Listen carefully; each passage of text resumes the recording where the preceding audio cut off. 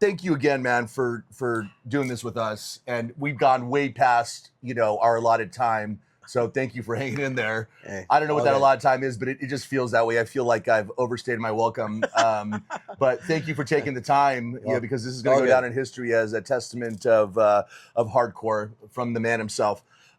So just a few more questions that I have for you. I don't want to have regrets. I don't want to leave here and go, fuck, I should have asked him that. And I constantly go off on these tangents. Back to the porn thing. Julie insists that I ask these questions that I don't want to have to ask you. I'm uncomfortable asking them. So if you, like, when you used to search, like, what do you, aside from Asian, is it like MILF? Like what is Ron? what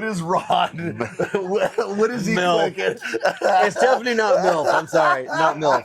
Is there, what genre are you clicking? Just people. Julie's curious, man. You know what? The genre I think is like the coolest is the whole like Naughty Neighbors, because it's like Naughty Neighbors, because it's more about like not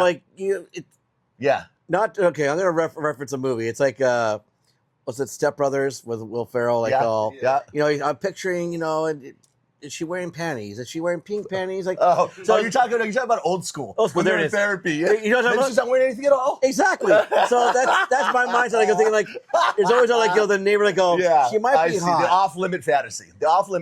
I got you. Okay. There's girls you expect, like, she'll be hot if she see her naked. Yeah. There's other girls like, that nerd looks like she might be hot. It's so funny. You know what? Say that, I see that nerdy person. I go, I want to see her. I like the nerdy type. I'm sorry. And no, don't, the nerdy, don't the neighbor. Man. That's the nerdy thing is I don't go for the obvious because you want some biker chick that's like, hey, Ron, let me suck that cock, right? Like it's you're like, I'm good, dude. Helen's waiting for me. Good Lord, dude. Like, yeah.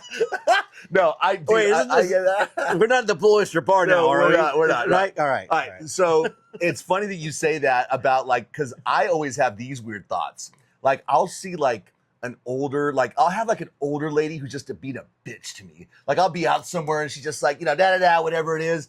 And I'll stop and she'll just be yelling at me for whatever reason it is. You know how, like, older people are salty? And I'll look at her and go, I wonder if this bitch likes it in the ass. Like, I'll just have, like, these random thoughts. Like, I wonder if this miserable bitch just loves getting fucked hard in the ass. You know what I mean? Like, or what if she might have a Stedman at home, right? Maybe the Stedman. People have, like, weird kinks and shit, man. You know what I mean? It's like, you never know what they're into, man.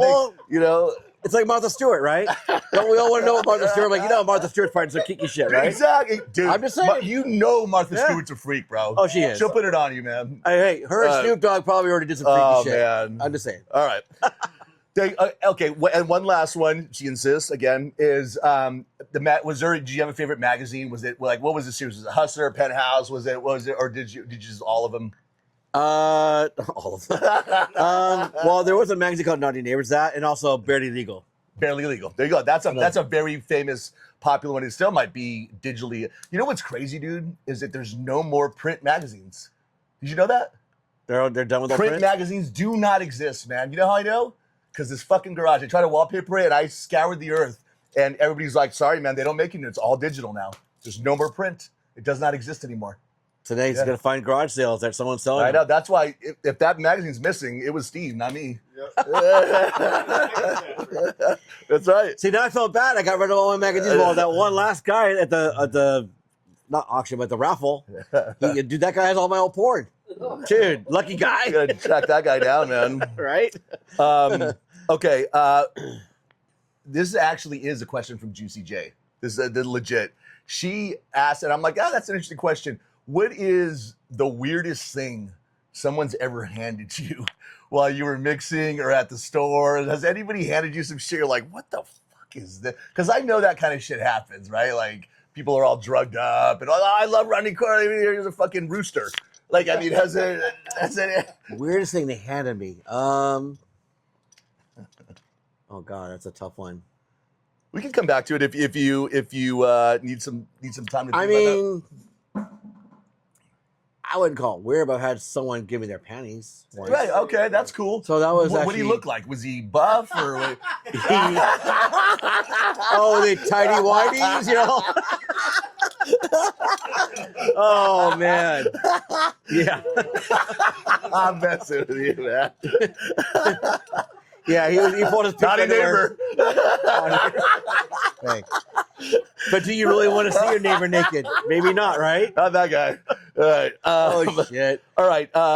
People are asking about Power Tools. So people who don't know, Power Tools was a radio program. What was it, on the beat?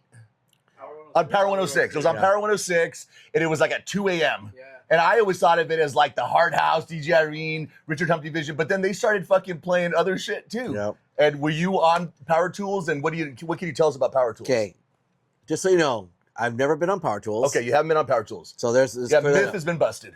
Never been there. Okay, but there's a connection. Louis Love was friends with them.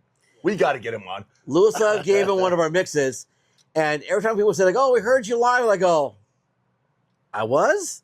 I see. He gave a mix to them. So Louis Love gave them. He was like, Ron. Later he told me, Ron, I gave him a mix. I go, bro, people keep thinking I was there live, and we had a bit. Okay, there's a bit of a rivalry with them, a fun one. We're talking about dissing. There's diss tracks for people. Okay, we had a diss thing going with them. I started it just because. Oh, I knew you were a gangster. Okay, dude. you guys remember the fuck Deep House shirts? Okay, yeah. There's a reason for that. Because I hated that shit. The fucking deep inside. Like, dude, it's terrible, bro. It's crappy terrible. house songs. And so I made a shirt to pay homage to that crap. Nice. And so it was You have a track called Fuck Deep House too. Yep. Yeah. Exactly. So that's exactly. Yeah. So I did that. And then we had started a rivalry with those guys. I remember, I forgot who I made fun of. It had to do with, it might have been Humpty Vision. Oh, no, Tony B. For their show. I forgot what I had said. Some little stab. And then they found out about it. And it was funny. It's like Dan got the heat for it. So they're all calling Dan out on the radio. Like, he's all, girl. You're dead, fucker. He's all, what'd you say to them? I go, I called them out. I said, fuck Deep House, dude. And they got all pissed off. And like, but it was like a fun thing because like years later, actually you're kind of reconnected with Tony B and them. Yeah. We had fun with it. It's like it's a fun man, rivalry. Yeah, exactly. Yeah. As long as nobody ends up getting murdered over it, it's all good. Exactly. It was all good fun. Yep. So yeah, that's the backstory. So that's actually a great answer to that story. So you weren't actually on Power Tools, but Louis Love, again. I've never been to that station. Never. The hidden gem of hardcore here is fucking. I blame Louis for it. Louis Love. But on that note, Louis did one cool thing. Besides that, another cool person that had our Sounds like he's done a bunch of cool shit actually for hardcore, man. He has. A boxer you may know is Oscar De La Hoya. Oh, yeah. Okay. Yeah. He used to shop at DMC. Okay. Louis knew him personally, so he was shopping. He just buy did he spin or what? He buy mixtapes. Oh, buy mixtapes. Okay. Motherfucker liked to work out to Lovecore. Oh yeah. That's we badass. finally go. He loved to spar and box to fucking. You heard it here. Oscar De La Hoya, fucking champion, fucking promoter extraordinaire now. It was so cool to hear that. He won because of Lovecore. There it is. There it is, man. Lovecore tapes, dude. Lovecore tapes. That's fun. That's actually that might be the coolest part of this interview so far. And I give Louis again credit. Louis Love, man. Louis, you're next. Hey, I got to give credit to DJ Arcade because he actually asked me to ask that question, but. So, I got to But it's now you know the truth. I got to give props to where props are due. Because they would play that mix again. I go, Ron, I heard you again. I go, I'm not there. What the heck? Yeah. You got to recognize, I'll tell you that. But hey, I guess I could have played. I go, guys, yeah, I played there a few times. But I'm not an asshole like that. I'm not proud of it, but, they forced me into it. All right. Tell us about Fullerton. So you've done so much. Aside from all this, dude, the more I learn about you or the more I even think about the questions, the more I realize how much you have done, man. You got the store and just being an OG in the rave scene and mixtapes and producing music, but you've done a lot of promotion. You threw parties too. Yep. There was Fullerton parties. Yep. Can you talk to us about that? Okay, Fullerton was our attempt at having a nightclub. Okay, real quick, Fullerton is a city in Orange County. Yes, it is. It's without traffic. It's 40 minutes from LA, roughly. Right? There you go. Okay, yeah. There we go. Yeah, so we were actually propositioned by somebody that was doing a concept of doing not an internet cafe. It was more like a gaming.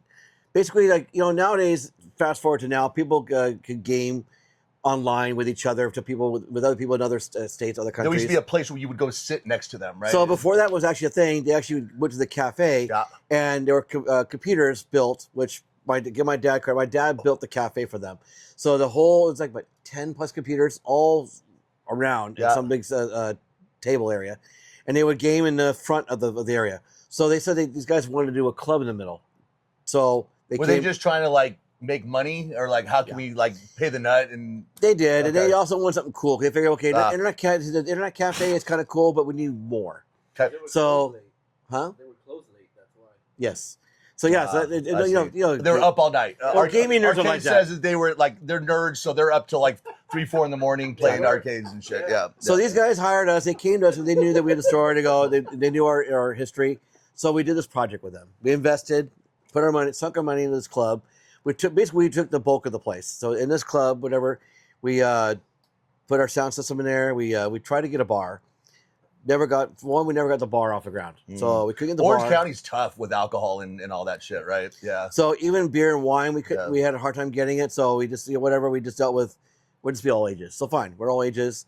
So we got that legalized, we got that in there, but then we ended up having sound issues because apartment complex behind us. So then we started doing things like bribing the freaking neighbors with pizza and stuff like, beer. There's always going to be one asshole though, man, right? It is. Yeah. So stupid shit. Yep. We soundproofed the crap out of it. It still didn't work. So the club lasted about a year. Did a lot of great parties there. But what fucked us is these guys that did the internet part, we were subleased from them. So we're never really on the lease, but yet we were paying for stuff. These guys, at one time, towards the end, they lost their ass on the club part. Or I'm sorry, on the internet cafe part. They bailed. We couldn't get into our spot. They took off. They were gone. And so we ended up getting basically calls to pay certain things, even though we were never really on the lease. We were just a sublease. The guys just took off and just left it. Yep. And so we couldn't even get in there to get access to our sound, to our lighting, our DJ booth. Eventually, we were able to kind of get in and get our stuff out, but we were still out. So that it was a fun project, but we had the wrong partners. These guys fucked us. Yeah, they flat out they bolted, lost their ass, and they actually didn't even pay my dad because my dad's the one that built the entire cafe part. He did more work for them than he did for our club. He built our bar and stuff, but still, he did all that work in there. And so these fuckers are greenlit. It's on site with these guys. Hardcore fam, if you see him, you start blasting. Well, they already got their payback because the main guy that bailed, our partner that was on this project, he had called me one night. He saw him they're at Kaplan's, I think. It's a Jewish deli in Costa Mesa. He's all, Ron, you can't believe the fucking he's here right now. Run up and hit him. He's all, that motherfucker that ripped us off. He's here right now. He's all, I'm gonna confront his ass in the parking lot. Nice, I like it. And this guy, because he's like this, he's a Korean guy, but super buff military dude. Yeah. And he's like, oh, dude, Ron, I felt so bad. The guy broke down like a fucking house of cards. Oh, I'm so sorry. He's all crying. That guy. He was like whimpering. I didn't mean to rip you guys off. Man. And he's like, oh, dude. I wanted to punch him so bad, but he's all crying. Like, you had to backslap him instead. Exactly. He's not even worth a punch. You got to hit him. But that was in a nutshell. That's what happened. With the club itself, I know you guys have been there, but we've had a lot of good events there. We did a lot of club weeklies there, hosted a lot of good, a lot of hardcore nights there as well. Had some good artists come through there. People that rented our space. Mark N, of course, played there once. Mark N. If you don't know Mark N, I don't know why you're watching this, but you should fucking look him up right now. And that night was ridiculous. It was packed.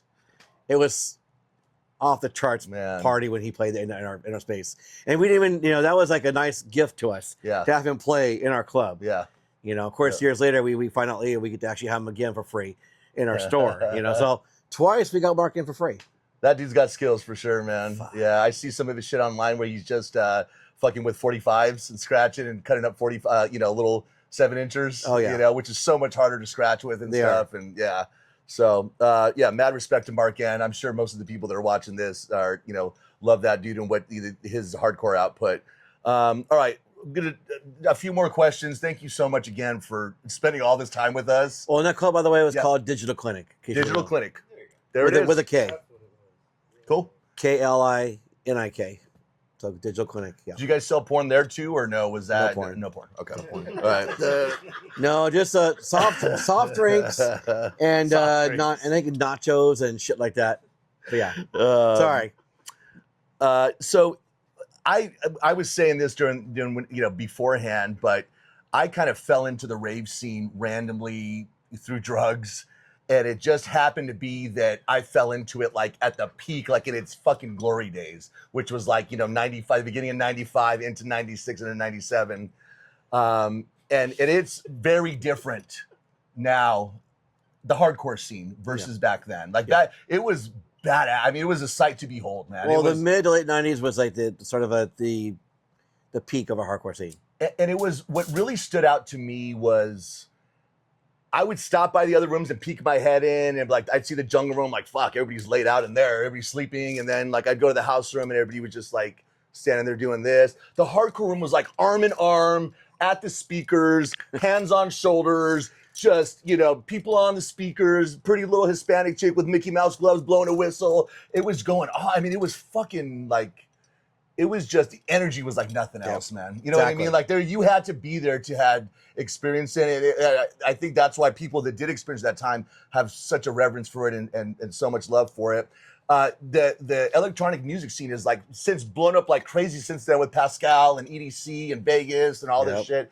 Hardcore doesn't seem to have like grown as much as these other traits, but it had its glory day, and we know that it's going to come back. Actually, my daughter, who's really into electronic music and goes to the big festivals, told me that she's starting to feel like things are starting to get harder. Like the DJs are starting to play harder music, and like there's going to be like this, renaissance that'll come back to hardcore again. My question is this: like, aside from what I just said, what do you miss about the 90s? Like it was fucking magical, man. Is there something that I'm missing? Like, what was about it that we don't have now? Well, what's different is the energy. I mean, for one, when you have a genre that's new, anything that's new and interesting and it's just so aggressive, because I mean, obviously by nature, when you're younger, the younger crowd loves the harder music. In general, as we get older, obviously we're the weirdos here that like it wasn't a fad, right? Like, exactly. We never outgrew it, right? So we still like it, but there's a lot of people that just outgrew it and they went to other categories of music. But whatever, right. That's up to them. It happens. But hardcore definitely was drawing the younger crowd, the more aggressive. We're the ones that were hungry to have it more often. Mm-hmm. We're the most energetic part of the scene. So that's kind of what it was back then. I mean, it was just because when something's so new and so fresh, and people were just so hungry for it, it just kind of brought that kind of energy that we needed to the rave scene, I think. Because, I mean, with all the music genres that was out there, and like you kind of pointed out earlier, like house is just they're kind of grooving and moving slow, or the trance room, they do their freaking e-puddles, like laying on the ground, having a nap, whatever, being under a K-hole. But still, we wanted, hardcore was just so active, so aggressive. It wasn't the music you sat there and sat in a chair and listened to. Everybody was up in the speakers, climbing the speakers, knocking speakers over, but like hanging on the rafters too. Like it wasn't like what the fuck, assholes. Like, yeah, get up here, fool. You know what I mean? Like there was like a camaraderie that was there, man. That was badass. It's kind of like the punk scene, but on a friendlier term. Whereas like the punk scene, I agree with people that. will fight. And punk scene, you get it right away. In the mosh pit, you hit the guy wrong. Hey, what's your problem, what the fuck, right? dude? He's like, dude, you got into a mosh pit. You're upset about getting hit. I stepped on your shoe. You want to fight? All right, fuck it. Let's fight. Our scene is different. If everyone gets picked up, they pick you up. Hey, come on, bro, get on up. Everyone is we're beating each other up, but in a friendly way. Yeah. If there is such a thing, but that's kind of how it was. So very friendly. The energy is the answer, right? I mean, that was absolutely there, and it makes sense that it was at kind of the early stages of it. The one thing I have noticed though is that it seems to have not faded in Europe. Like Europe, hardcore is still big. They have basically an EDC of hardcore out there where they have a full-on stage set and fireworks and the whole thing. I mean, we got 60 fools in a closet out here going underground hardcore, and out there it's full-on Disneyland. You know what I mean? Like, what's the difference? How come Europe is like that? And what's your opinion on that? Europe, geography is one. Okay. For one, Europe, if you think about Europe, it's smaller than the U.S., or maybe we're on the same size, but these are all countries instead of states. Right. And it's so easy to get around. So people can go travel from one country to another to all these events. So you're essentially can promote to other countries for these parties to flourish. And it's just a much more densely populated areas that are actually into hardcore. So that's, I think, what kind of made it more popularized. But over here, we're so big, so spread out, so vast. And the scenes are so fragmented, so separate. There's not a whole lot of unity here. Yep. They have a lot more unity in Europe when it comes to their category, their genre of music for hardcore. We don't. There's a lot of, even within our own scene, even within hardcore, there's always infighting. Agreed. Infighting has always ruined our scene. You know, hardcore would say like, you know, we don't like happy hardcore. They don't like us because we're too extreme. You know, there's like, you know, Dutch Gabber hardcore guys don't get along with us because we like the extreme stuff. And it's rare we'd see moments where we'd all be put together and get along. And that was very far and few in between. And that fragmentation, unfortunately, made our party smaller. But what kind of saved that is certain massives that were happening took chances on our hardcore scene. Like that one I told you about, that Pyrotechno Disco Works. Reza, who's no longer with us. Rest in peace. He did Together as One at Monster Massive. He took a big chance. He started doing hardcore rooms as events. I give him mad props for that. Love that. Doing I those didn't know hardcores- that Reza was involved in that. So he believed in our scene. He took us in, gave us, you know, a couple times we hosted rooms for him.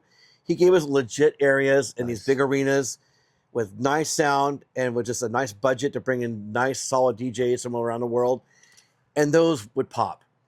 That kind of put us on the map, and that actually unified because that would pull in like the happy scene, the gabber scene, the terror scene. We all got to be together at one time. That's, you know, that's the one moment where we actually got along with all factions of the hardcore scene. It wasn't all broken up. So, but in short, if the scene was like that in the very beginning and stayed that way with hardcore, we could have been as big as Europe. But we have way too much infighting. It really stifled and prevented that. Yeah. Unfortunately. I think that's the right answer. I think that it comes from American culture, you know, rugged individualism and all that, right? Where, you know, that's just part of our culture, unfortunately. I would love to see, I only primarily listen to hardcore, but I understand that it's a small piece of an ecosystem of electronic music, and we should be able to get along and have the room and all that stuff. And I'd love to see that happen. Well, and grow the scene, grow it. But we do have to get away from the infighting. Yeah. You like happy shit, I like terror. Okay, fine. We don't have to hate each other for it, right? You know what I mean? There's a way we can all live together because ultimately it is all one big ecosystem, right? That we're in the end, it's hardcore, right? It's still hardcore. It is. And at the end, hardcore is still, you know, electronic music, right? That's part of a bigger thing. Did it die? No, the timer's on. I can see it. Okay. Okay. Thank you for that answer.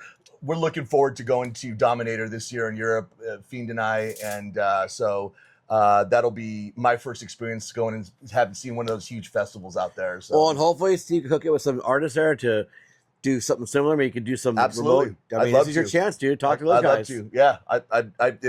There's gonna be a wealth of information there too, dude. I would love to. I love the opportunity, man, because I have a passion for hardcore, and as much as I call all these fools nerds, I'm just as nerdy as myself. I just don't look like one. Hardcore, you know what I mean? hardcore heads. We're all nerds, dude. We are. You're right. We geek out to hardcore. We do. All right. So I got to add. So I got two more questions for you. This one is a personal question. When I say personal, it's like a personal thing, but it's for my own edification. There was a track, and I'm gonna go this fact that I heard that I thought was on a mixtape or you spun live one time, and I've been trying to find it, and nobody I know can identify it. So this is more actually for the audience. If anybody knows this track, there is a track that has a Pulp Fiction sample, and it felt like it was a diss or beef track, and it had the scene where John Travolta goes to buy heroin from Eric Stoltz. And he's telling Eric Stoltz, the drug dealer, hey, man, like, give me the good shit because I just got back from Amsterdam.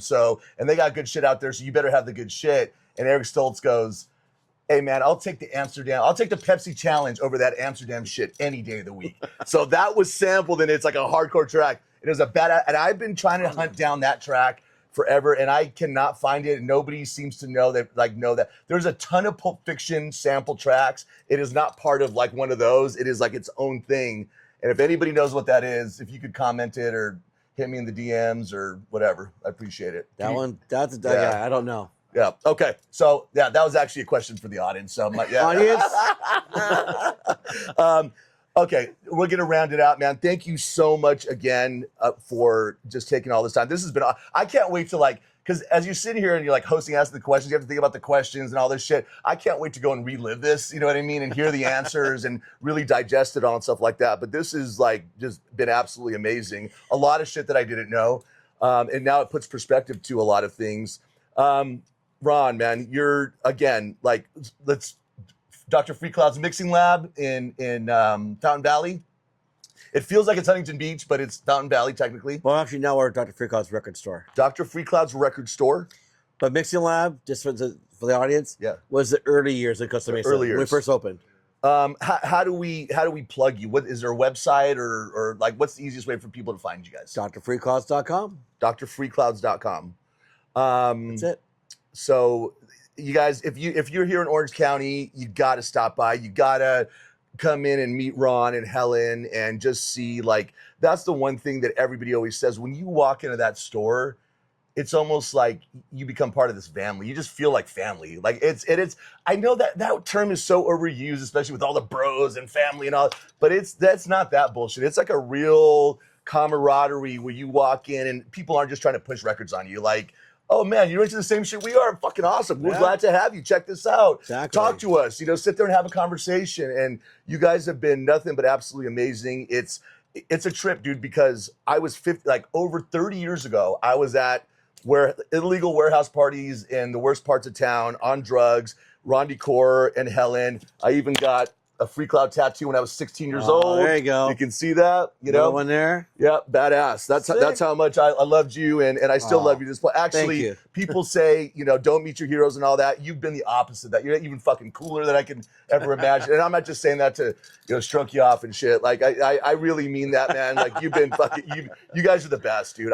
I'm stoked and I feel so fortunate that I ended up moving to a place that happened to be close to you guys, so that I could be a part of all of it. Worked out pretty good, my friend. Yeah, it's been awesome, man. So thank you for everything.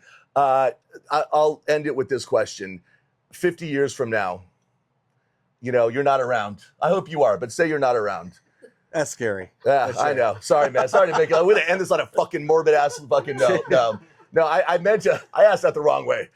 What do you want your legacy to be, Ron? When people think of, what do you hope for, like that in the future or even today, like that when people think of Ron Decor and your legacy and what you've contributed and all that stuff, what do you hope that people think of when they think of you? I guess that's he was one nice hardcore motherfucker. Yeah. Hell yeah. And you are, dude. I was that you are one nice hardcore motherfucker, man. You are. And on top of it, you had the bonus like pervert shit too, which was cool, man. At least for me. As we all should be. Yeah, as we all should be. I think most people out there just closet. Come on, hey. They're closet, man. There's something wrong with you if you're not. They're like, man, hey, we got some cool ass DJs behind the scenes here that have been helping us out through it. Does anybody else have a question that we missed, or Ron, what did we miss? What am I not asking that we need to know? I mean, I feel like we covered a lot and we went a lot. Well, this is probably going to be a 2-part thing, but I'm blessed, man, and I'm thankful and I'm honored, and you really are. It's a trip, dude, because you're such a big part of my life. Yeah. You are. Like, you've had an impact on some random fucker's life. You're now in his garage talking into a phone, but like you really have had an impact on me because music is so important. Right? And you made that music and have supplied channels to that music and live performances and experiences that have had an impact that have shaped who I am today. Yeah, same here. And I think a lot of people can say that about you, man. Yeah. 12 years old. Yeah. Oh, shit. Yeah. Dude, that's right. Not a lot of people, because there's not a lot of people that have that kind of impact. But just know that you've had that kind of impact on people. So thank you. You're welcome. What should we know about you that you'd like us to know? Yeah. What should we know? The question is, what should we know about Ron Decor that people might not know that you would like people to know, aside from being a nice hardcore motherfucker? I don't know. I'm approachable, easy to get along with. Do you have any? Hobbies or things that they're completely outside of this shit that you're really passionate about? Aside from porn. Well, I love really good bourbon. There you go. And what are we drinking, man? We got some 12-year Whistle Pig rye and Angel's Envy rye, man.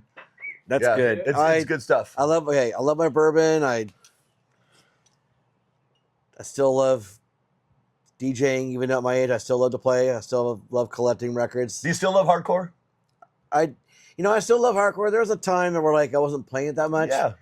I mean, it's just When you go that long, I'm sure you got to like make some changes, right? yeah. It's just there's phases, but the way I always look at my career is like I don't give up on genres altogether because I still have them in my collection, so they have a place in my collection, so they're always there. I may not play them as often, Right. but I always know that there'll be a time I'll start playing them again, Mhm. depending when things become back in style, or I get booked for them again. Because there's probably a short time period where I was actually playing more techno, Yeah. acid, and whatever other genres. I mean, because not everybody knows. Like we talked about earlier in this interview, that how I started. You know, when you go back to like my industrial days and Mhm. playing like industrial acid house, whatever new beat, like there's like a lot of music I've covered my whole Yeah. life, and I love all the genres. Just all the same, even if it's like the obscure ones, like like I was saying, mentioned earlier, like the acid house or the Mhm. hip house is another one I love playing. I love all of it, but also some genres have a lot more better memories. Like hardcore, between hardcore and the old school techno, those two genres right there stand out the most because they both have created such great memories out of those two categories of music on their own.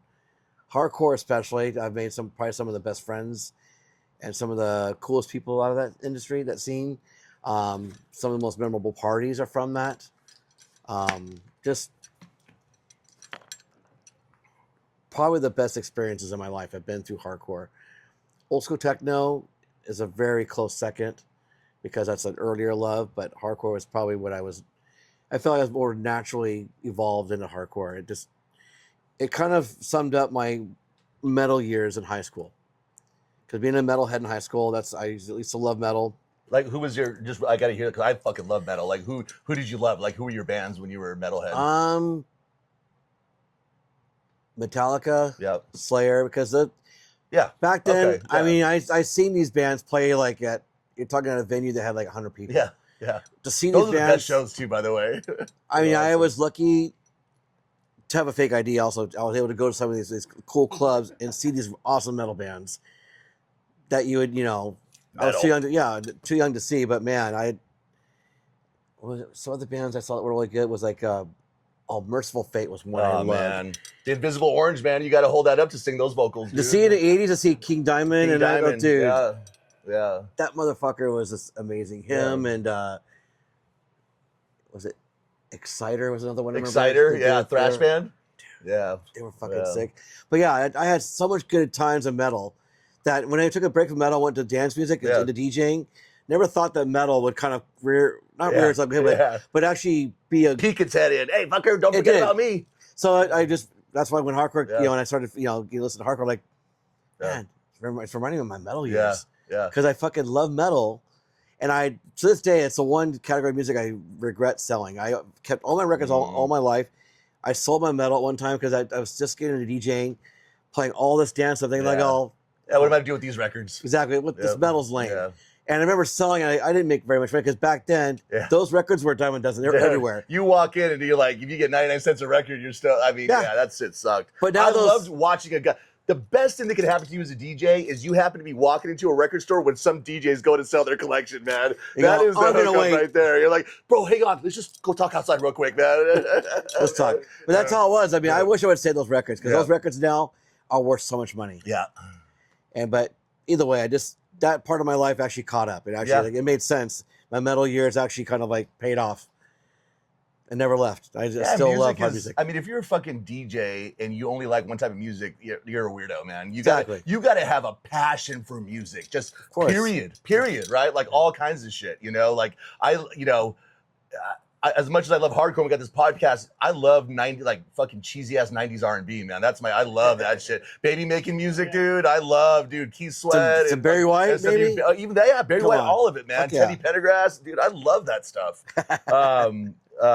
So anyway, well, thank you, man. Thank you so much, dude. It's been a great time. I can't wait to go over it. I can't wait for the world to be, exposed to it and hear your story because I think it's such a huge, impactful part of the hardcore story that is, what's fucking cool about it is that like in the grand scheme of things, it's a piece of music and music is so fucking cool. Like you are a piece of the best part of humanity, man. Because there's so much bad about humanity. Music is, to me, the best part of humanity, right? Because Well, it's like music is our unifying. creative. Yeah, it is, man. It's just Well, music and food. Those are the two things music that and food. we all relate to. I right? agree, man. We It's do. just, it brings you pleasure. It never lets you down. There's something for everybody. There I mean, is. it's fucking awesome. So thank you for your contributions to music, and Welcome. specifically to the genre of music that I love, which is hardcore. Love you, man. I appreciate you, Likewise. Ron. Thank you so much. You're dude. welcome. All right. Pleasure. Cheers. Get your koozie. Boom. Thank you so much, dude. I appreciate it, man. I really do appreciate it, man. That was